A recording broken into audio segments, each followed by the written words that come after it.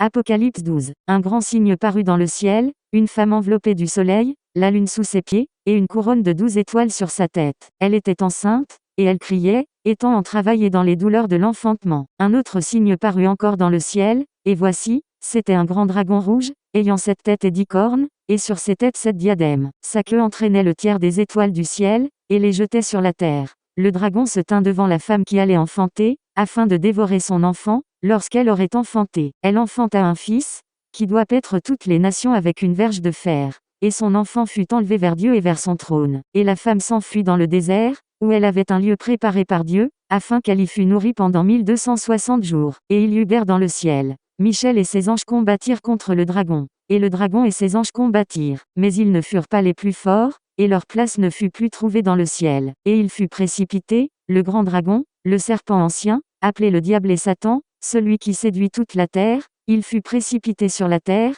et ses anges furent précipités avec lui. Et j'entendis dans le ciel une voix forte qui disait, maintenant le salut est arrivé, et la puissance, et le règne de notre Dieu, et l'autorité de son Christ, car il a été précipité, l'accusateur de nos frères. Celui qui les accusait devant notre Dieu jour et nuit. Ils l'ont vaincu à cause du sang de l'agneau et à cause de la parole de leur témoignage, et ils n'ont pas aimé leur vie jusqu'à craindre la mort. C'est pourquoi réjouissez-vous, cieux, et vous qui habitez dans les cieux. Malheur à la terre et à la mer car le diable est descendu vers vous, animé d'une grande colère, sachant qu'il a peu de temps. Quand le dragon vit qu'il avait été précipité sur la terre, il poursuivit la femme qui avait enfanté l'enfant mâle. Et les 2 ailes du grand aigle furent données à la femme, afin qu'elle s'envolât au désert, vers son lieu, où elle est nourrie un temps, des temps, et la moitié d'un temps, loin de la face du serpent. Et, de sa bouche, le serpent lança de l'eau comme un fleuve derrière la femme, afin de l'entraîner par le fleuve. Et la terre secourut la femme, et la terre ouvrit sa bouche et engloutit le fleuve que le dragon avait lancé de sa bouche. Et le dragon fut irrité contre la femme,